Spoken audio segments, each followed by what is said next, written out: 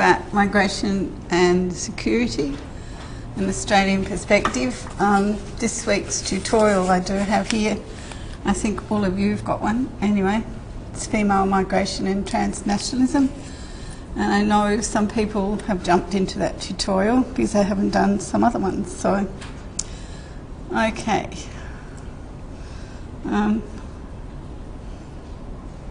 Did I start the recording or not? I might have to go back.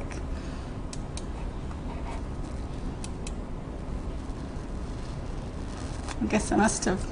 All right.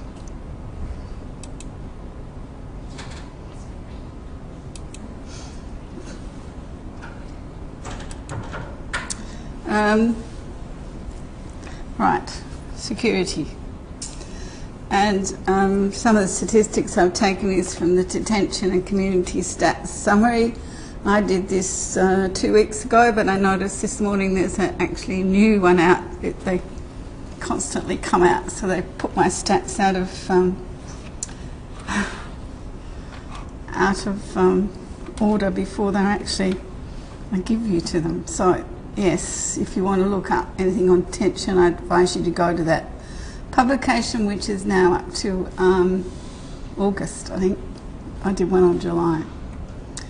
And that's what I was going to show you, that Australia, that big centre you were talking about, is a lot of salt plains, red earth, and very expansive coastline that obviously goes with that, or a long coastline.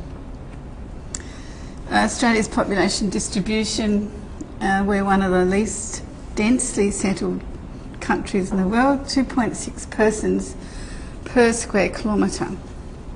We're also one of the most urbanised, 87% of our population live in urban areas, and about 63 to almost 2/3 live in capital cities.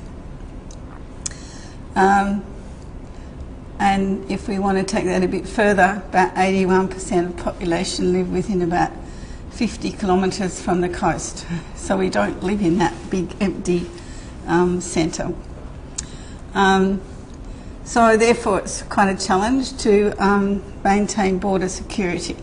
And we have our Department of Immigration and Border Protection. It used to be called Immigration and Citizenship. But with the Abbott government in 2013, we changed to Border Protection, and some of the functions also changed. So therefore, we have a large coastline. We're not linked to another country, so we don't have border problems per se, like you might do in Europe and places, but clearly we have a problem maintaining or monitoring that huge coastline and very vast areas of Australia that are actually not settled and empty.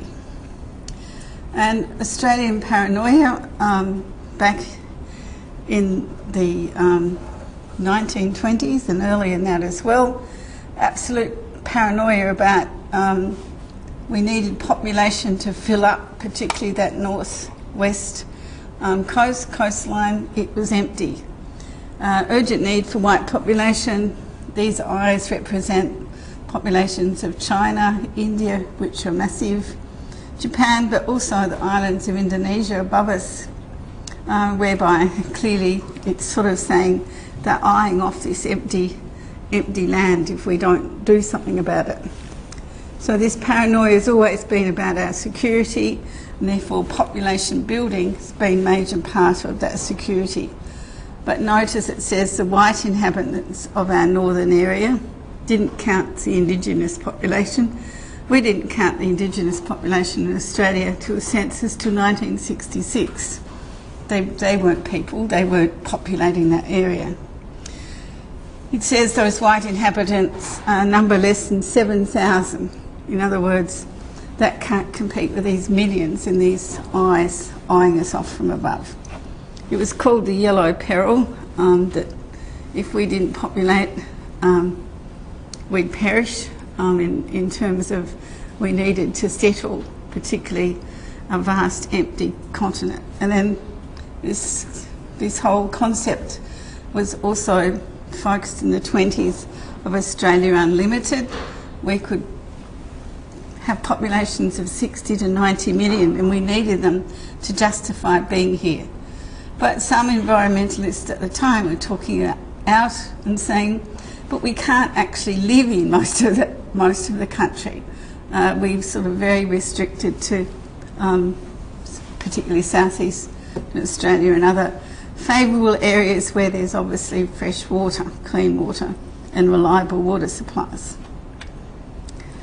So that population security debate has really been to the forefront in Australia right from its early days, and particularly the 1900s and 20th century, obviously through the wars. Again, it was just demonstrating that we need more population, we need to basically be secure. The dynamic paradigm, there's two sort of basic paradigms here, national security. Dynamic one emphasises interactions between population pressures and environmental degradation, mass migrations, resource depletion. All of these are dynamic, constantly changing, forced refugee flows, ethnic conflict in parts of the world, hyper-nationalism and urbanisation as independent and dependent variables in both the conflicts that were arising through armed conflict can arise just because of a lack of resources or through ethnic clashes or whatever. The human capital paradigm, which is what Australia has tended to follow, the quality and skilled level of the labour force is the most important demographic variable, contributing the overall national power and thus by definition national security.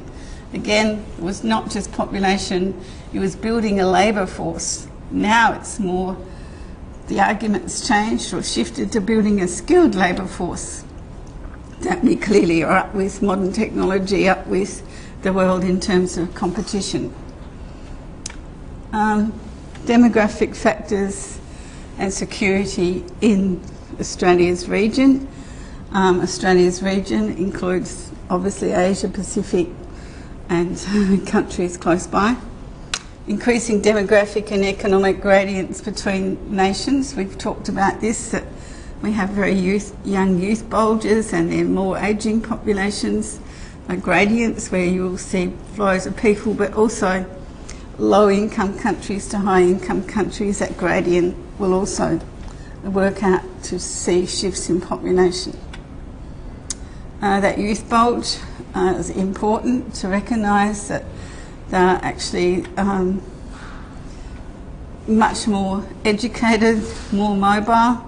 So this is also fueling the movement within our region in particular. We've been talking about Asian migration, Asian labour force. Urbanisation generally, as more people move to cities, are educated, they want to actually, there's usually a lack of jobs that go with those youth bulges, particularly for educated groups, so they move where they can get better education in the first place, but also better jobs, higher paying jobs. Increasing number of people are seen as disenfranchised, or actually being separated, particularly different ethnic groups and other groups, and also environmental stress, particularly in the Pacific, where you've got rising sea levels playing havoc in terms of agricultural production, and also refugee flows generally in terms of our ability to accommodate refugee flows from other regions as well.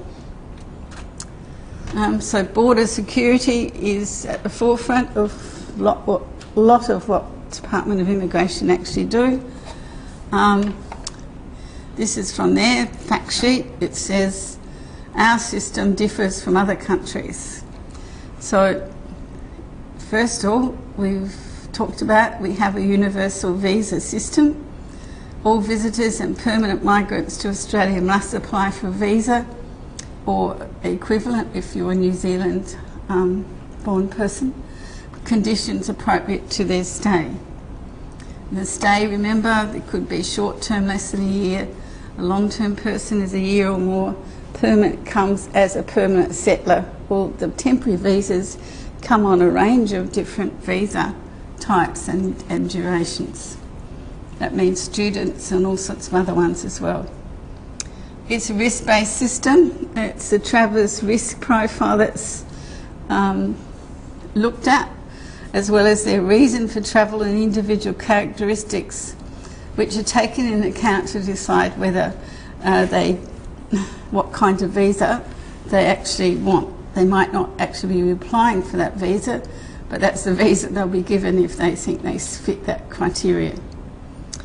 As part of that visa application, all applicants are checked against a movement alert list. You might not know about MAL, and it's not well advertised. It's a watch list contributed to by security and law enforcement agencies as well as other Commonwealth agencies. So MAL, this alert list, continues to check clients throughout other border security layers. So you don't want to be on that list, basically.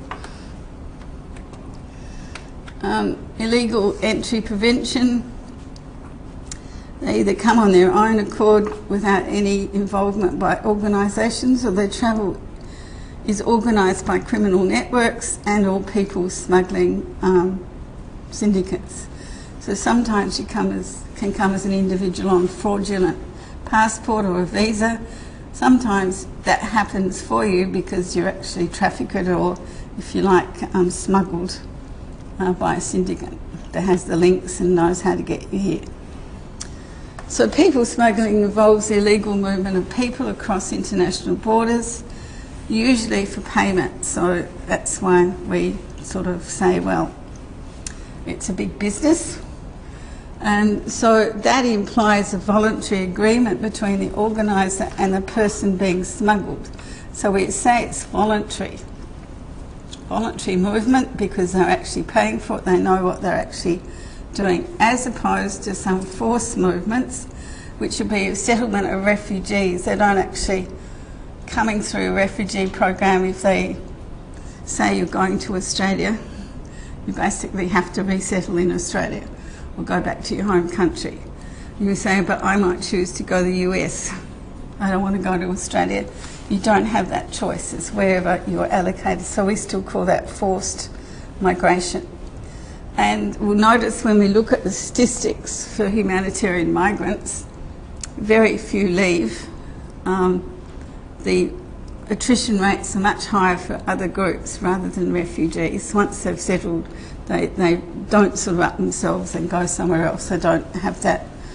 They don't have that choice or the voluntary aspects of that.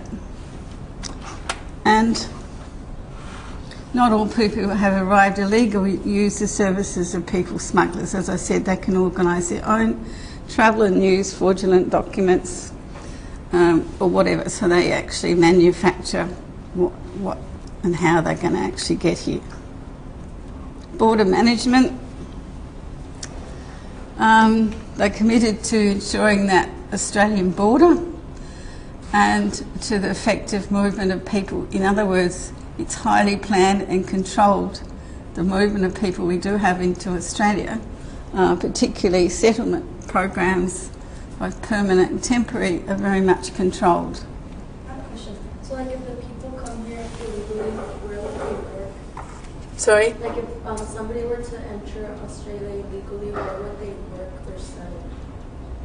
If they come in illegally, yeah, well, they're illegals usually, but illegals, well, they don't often pay tax either because they're not on the system, but they're also not entitled to a lot of other aspects like health and education and other things. And where some of them get caught is because they get sick or they have no Medicare number and they find out they're not actually got any visa whatsoever. I went to Queensland during our break, and we were staying like at a hostel, and they like went and got someone because they didn't have a visa. But like I was wondering how did they know? Someone didn't have a visa? Yeah, that it had expired, and he was still backpacking, and they found him at the hostel. Yeah. When you book into a hostel or anywhere, they usually ask for a passport or a visa. anywhere you go in the world, you get asked for it, and either he might have said he didn't have it or whatever, and that person running the hostel or hotel is meant to report cases that can't be validated. Did you have to show anything? They just asked me for my ID. Your ID. Again, they're all on these systems, so they put something in a system now, and it will come up that there's no visa. That's how they catch the illegals. And as I said, often they go to hospital emergency departments, and they might show an ID or something, and it'll come up if it's on a visa that you're no longer on that visa. And that happens to a lot of students. They tend to find out they've overstayed. Well, alert comes up somewhere, and they'll find out that you're not. You become illegal by overstaying. Did they get detained? Yeah. And that's what generally happens till you can either prove you've got another visa or whatever. And they're quite quick on the detention as well for illegals, because obviously there's so many of them they don't catch, or they don't catch immediately. Usually sometimes they say they might be quite successful for a year or even 2, but there's something come up somewhere along the line when they'll get caught by the system somewhere. Only Australian citizens have a right to travel, unrestricted right to travel freely to and from Australia and remain in Australia. All other people must have an authority or form of visa.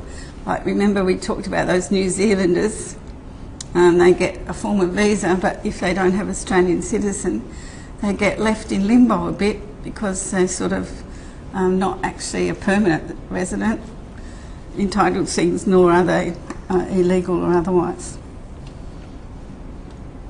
The Migration Act provides a framework for regulating entry and stay in Australia, and establishes a range of sanctions that may be applied to those who breach our immigration laws. So your friend or whoever in your hostel, he breached the law, so he was immediately detained. Because the law says as soon as your visa expires or you haven't renewed it, you can't stay in Australia. So all these immigration laws are really administered by the department, and the minister, which is Peter Dutton at the moment, he sort of has the final say.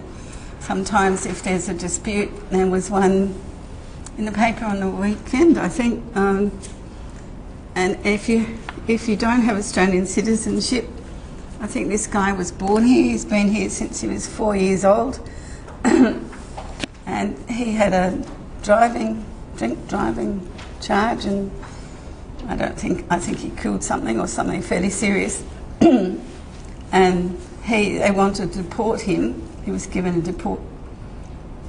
deportation order because obviously he's a criminal, he's not an Australian citizen, but he'd lived here all his life, he was born here. No, I think he came when he was 4, he was born in Ireland or wherever, but it was up to the Department of Immigration Minister, who's now revoked that and said he can stay. But you know, you have cases like that will get changed. They talk about the public interest, so they prevent the travel to Australia and entry of those whose presence is not in the public interest.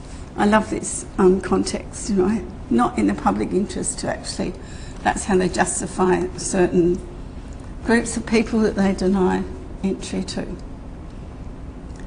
They coordinate the entry and processing of all unauthorised arrivals, regardless of whether they're by air or sea or however they've come into Australia. They also ensure that Australia's border security forms an effective barrier to the persons who have no legal entitlement. Investigates and prosecutes under that Migration Act, so an overstayer gets prosecuted by them and detained by them until such time legally they get out of it or whatever happens.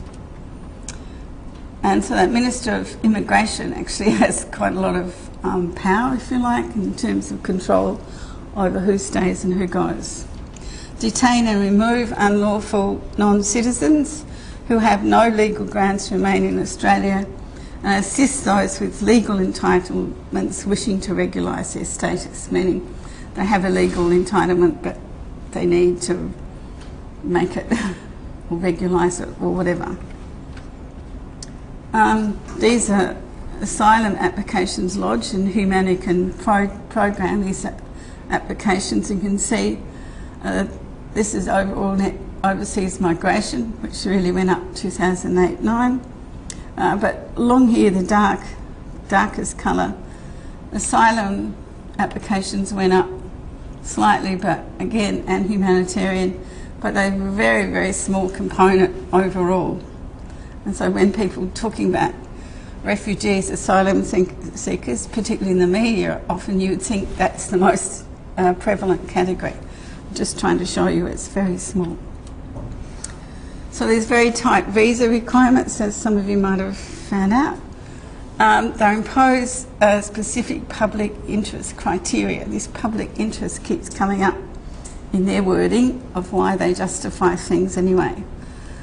And they can't present a risk to the Australian community. And critical step is ensuring that a public interest criteria met is the character checking of Department of Immigration and Border Protection undertakes of non-citizens. So this character checking is where if you've got a criminal record, or if you've got political views we don't like, or you strongly related to some organisation or whatever, that's when you can be blocked with your visa. So character checking aims to identify and prohibit the entry of those whose background indicate they have been involved with crime or have criminal associations, or those who advocate political motivated types of violence and who may pose a significant risk to members of the Australian community.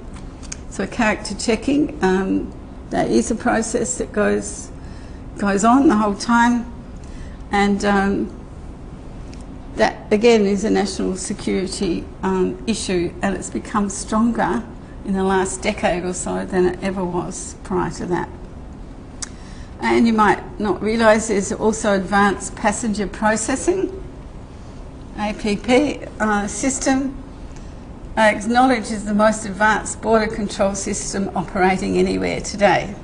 And that again goes through systems that check your details of your passports, etc., before you ever leave, and that's why they like all that done within 72 hours of departure. So you can't walk up to a counter at Adelaide Airport and say, I'm flying to the Philippines today, can I have a ticket on this flight? It goes through a process first, those tickets, of approval. So it's just advanced processing. That reporting is meant to stop people and issues directives to airlines in real time if the passenger does not have a valid Australian visa or a valid Australian or New Zealand passport. So it stops the process before they get here, and we find out they can't actually enter. This way Australia is able to prevent people arriving in Australia by air when they do not have an authority to travel to Australia. In other words, if you don't have the appropriate visa that you've applied for, it can stop you at that point. So you don't get to Australia and say, oh, now I need a visa. You've already been prevented from joining that flight back wherever you're coming from. The movement alert list, again, is a computer database that stores details about people and travel documents of immigration concern to Australia. It's a key tool used by the Department to apply the legislation governing the entry to and presence in Australia of non-citizens who are of character concern. This is just a 2005, it's the only one I've got, but 2001, after 2001, we find after the Trade Centre bombings, we call it bombing or destruction, you'll find a big increase in those numbers. And that's worldwide. That security is very much tied in to other security systems now, or other alert lists, than it ever was prior to 2001. Supposedly there are 700,000 identities of interest listed on Mao. They might be listed when they have serious criminal records. Other people listed include those whose presence in Australia might constitute a risk to the Australian community, etc. About 1 million documents of concern are also recorded on Mao. So that's lost passports or stolen or fraudulently altered travel documents or whatever. So they've got a listing. So if you've lost your passport or it's been stolen, it might come up here, so someone's not actually using your passport. The other thing I should mention here is the bridging visa E now, which can be issued by the Minister again, Minister of Immigration. He grants bridging visas to illegal maritime arrivals, particularly. They can't apply for one, but he can grant one until such time their status is given legality or whatever they're going to happen to them. And that's important, that bridging visa E. It replaces temporary protection visas they used to have. And he has to grant it and he can't be forced to grant it. In other words, those visas are important, and it will release people into the community and from detention centres if need be. So eligible illegal maritime arrivals, eligible because they've been granted asylum basically, have been released from immigration detention on bridging visa E's, BVEs. Is a temporary visa that lets the holder remain in the country or community lawfully while they await a resolution of their immigration status. So they get out of their detention centres basically and granted to go and live in the community and follow the conditions of those visas. You can't apply for one of those. You get granted one if you're in detention and they say, yes, okay, you've met this criteria, you can actually have one of these visas. Immigration detention under the Act of 1958 requires that all non-Australian citizens who are unlawfully in Australia be detained, and that unless they are granted permission to remain in Australia, they must be removed as soon as reasonably practicable. So if they don't get a visa E, they might stay in detention. I'll show you how long some of them can stay in detention, which is quite long. Those detained arrived in Australia without a visa, overstayed their visa, like the person you were talking about, had their visa cancelled for some reason, or illegal foreign fishers whose enforcement visas have ceased. In other words, those sorts of people can be put in detention automatically. No questions asked. You don't have the visa, you're in detention. Or I think they'll allow you 28 days to leave, only on some of those requirements. That detention policy, introduced in 92 and expanded in 94, has since been maintained by successive governments with bipartisan support in Parliament. So both Labor and Liberal Conservative governments have actually always, from 94 on, or 92 on, support the policy of detention. So that migration program, it's a sting in the program. If you don't have the right visa or overstay it, obviously you'll be detained. Do not enter Australian community until their identity and their status have been properly assessed and have been granted a visa. Now, we also talked about temporary visa holders. Remember, we were talking about temporary visas, and they get 28 days to leave the country or change visa to a visitor status or student status if they've been working or whatever, or students just change to visitor or working status. If you don't do that and you haven't left the country in 28 days, you can also be put in detention. So it's not illegally, you come legally, but it's like overstaying. You haven't actually, on your temporary visa, the condition is that you're employed in that job with that employer if you've been sponsored. And if you're out of that category, you still can end up in detention if you don't comply, but you get 28 days to basically leave the country or change visa. Do you have liberties here? Like, Sorry? in some countries, for example, in the United States, the Spanish people, for example, who is flying to US without visa or ESTA, they are deported immediately, like, and the same flag. Yeah. And here is the same. Yes.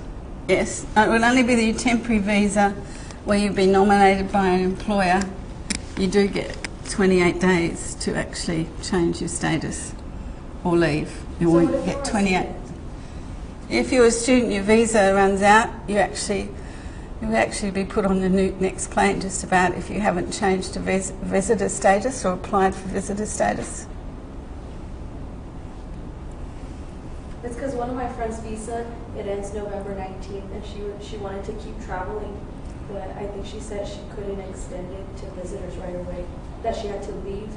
Leave. And then come back. Depends where she's from. The US.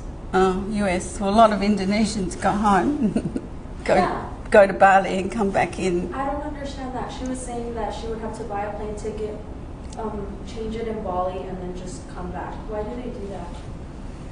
Because I don't know why, but you can do it because you're coming back as a visa, a visitor visa. You probably came on a work or student visa. I've had a guy trying to complete his thesis, and he's long off a student visa now, and he goes home and he works for a couple of months to save enough money to get a ticket to come back for another 3 months or 12-week visa. And so it only allows them 12 weeks anyway. So yes, it can be done, but it's expensive. He's done that 3 times now. He's got to keep. What do backpackers do then?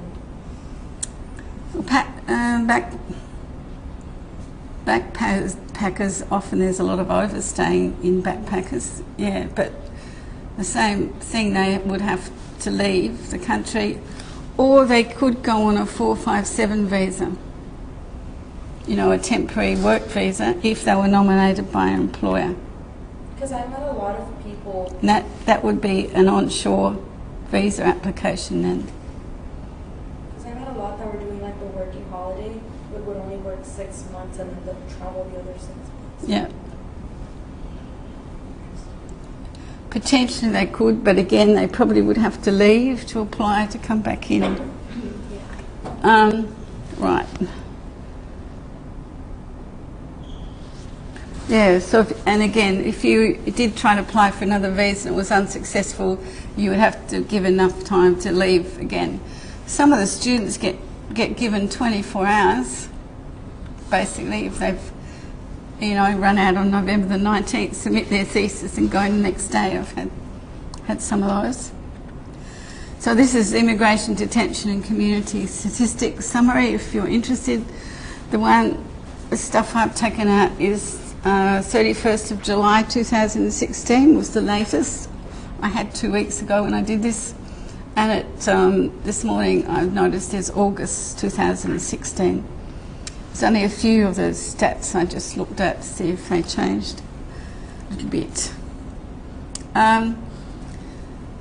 The detention groups, it's good just to look at the acronyms. If you go back and look at the slides, IMA is illegal maritime arrival, APOD is alternate place of detention to the detention held centres, and immigration, transit, accommodation and regional processing centres.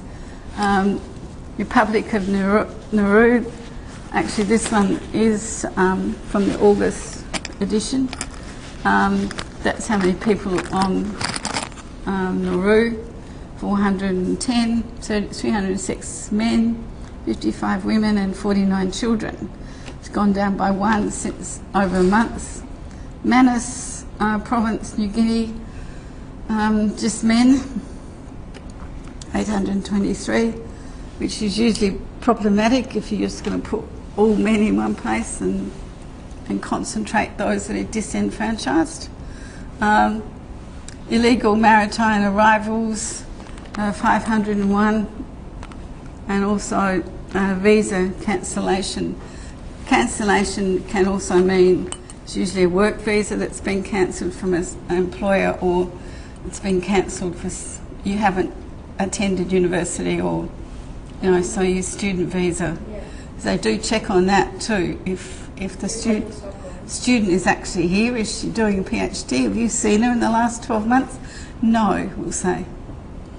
And that visa will be cancelled. I'm just saying that that's one way you can actually do it. I'll just quickly run through some of these. We can just have a look, but clearly it's mainly men, and now they've got children out of detention centres.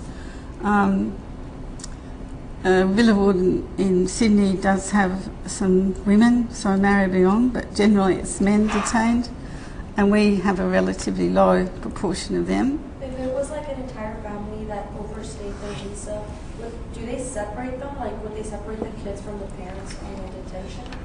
Now they do, because they don't have children in detention for a long period of time. They try to keep the children and the mother usually in the community, and that's why there's so many men in some of those statistics. Yeah, I'm a bit like you, separating the family. I don't want the children in detention centres, but then splitting families is a bit hard as well. This is from 1990 to 2016, and again, a really big jump in these years in the detention figures, but they've sort of calmed down now and dropped off quite considerably. Including foreign fishers and excluding foreign fishers is about the same, just illegal maritime arrivals basically. People in held immigration detention centres. This group here is your cancellation of your visas. These are overstayers. Illegal maritime, so it's almost third, just about. Sea air arrivals, very low generally. As I said, that checking on those lists, advanced processing, actually stops a lot of people getting on planes if you don't actually have the correct visa entitlements. It used to be much higher than it is now. Seaport arrivals, only 9, that's coming off ships or cruising passenger ships or whatever. That's again just some of the centres. Nationality of those held in immigration detention facilities. Interesting, New Zealanders, 206, those from Iran, 177, Vietnam, 141, Sri Lanka, China, Afghanistan, 644 others. So there are all sorts of nationalities, or they're not saying where they are or what they are from. So about 1,588. 627 people were living in the community after being approved of residence determination. 42% of those were from Iran, 14% from Sri Lanka, 9.3% were stateless, and 7% were from Vietnam. So they've actually given the status to live in the community, and clearly children, whether under 18 or over 18, and adult females are more likely to be in those groups with the males. So that's your families basically being allowed. This is children in immigration, residential housing or transit accommodation or alternate places for detention. It was very, very high back here, and that was the result of a lot of people being in detention from the high peak of maritime arrivals, 2010-11, and then gradually that's dropped down to virtually no children being in those places, which is good. Now, immigration detention of how long they've been in the detention facilities, and we'll find greater than 730 days, 2 years basically, 23%, roughly about 45 or so percent over a year.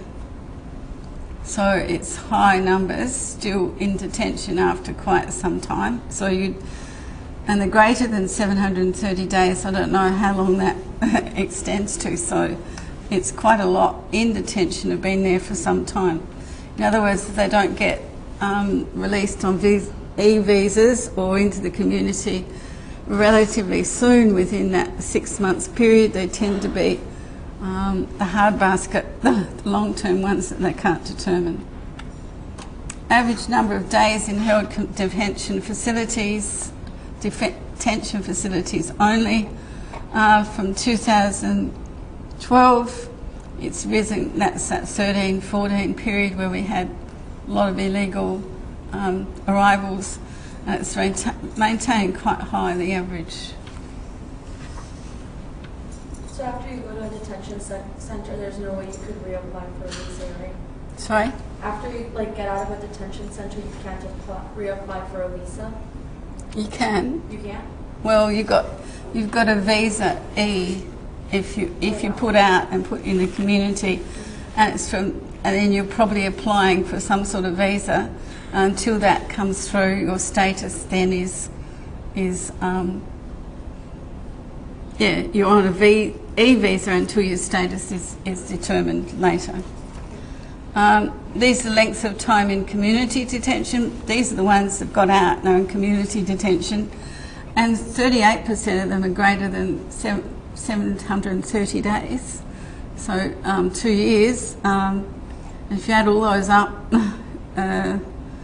6 months was about here, I suppose. So it's over 50%, over half, are still waiting for their determination, but they're not in detention, they're outside of detention. Victoria has the most detention, people held in detention,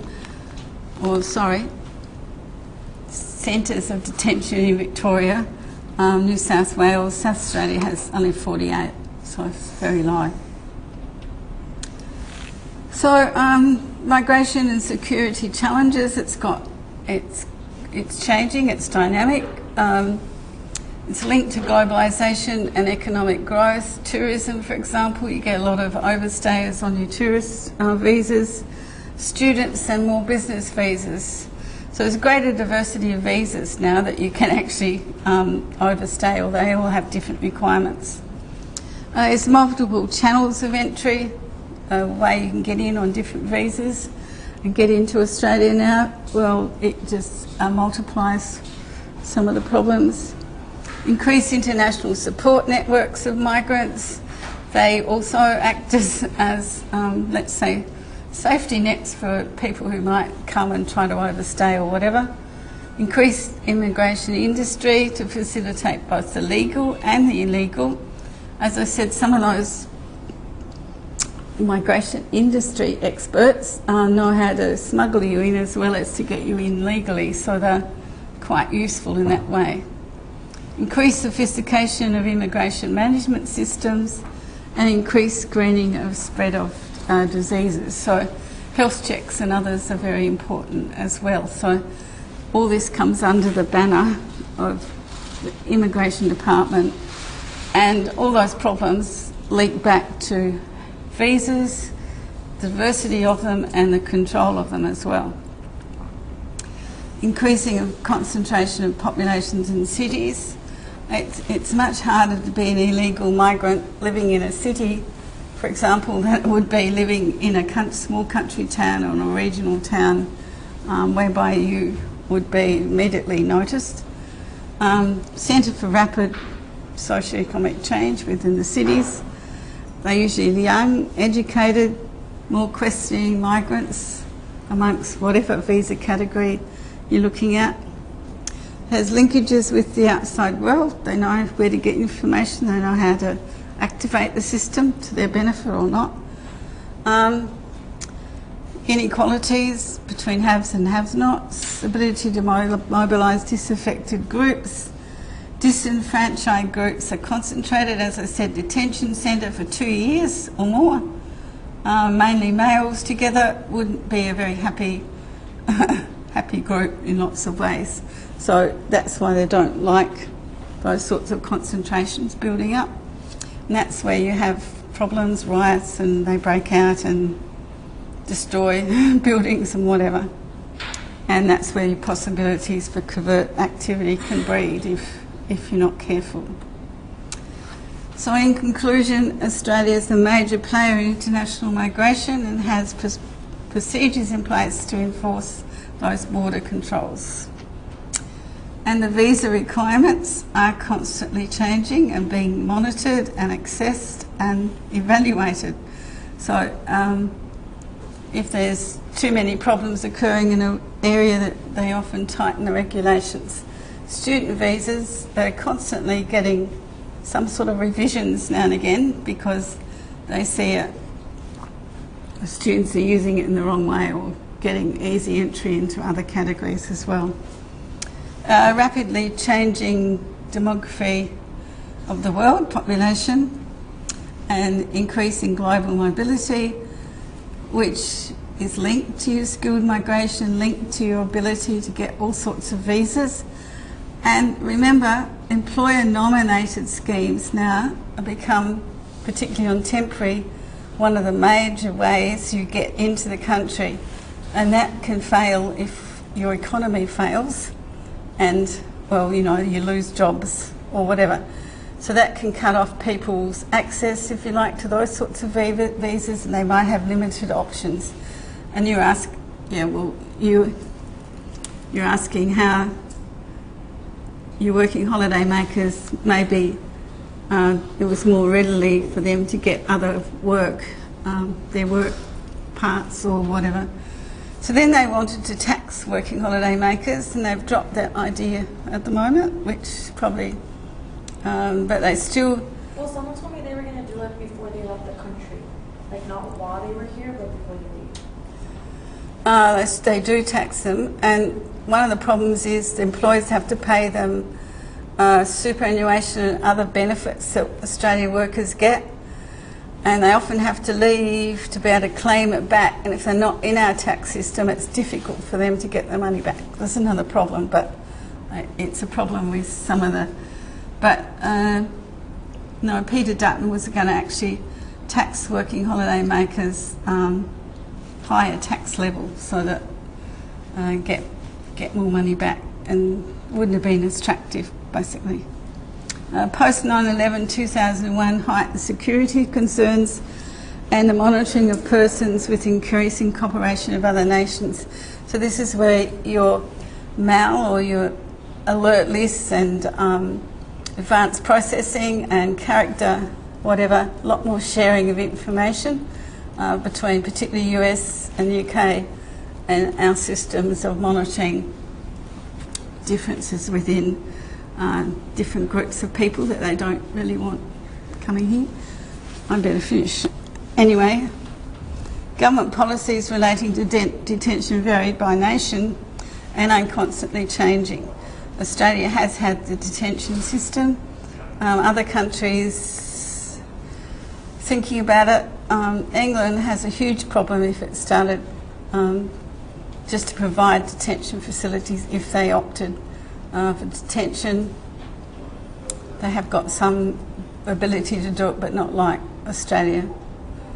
So anyway. Well, what about the asylum seekers coming illegally to Australia to seek asylum? Do Yeah. they stay in those detention centers? Yeah.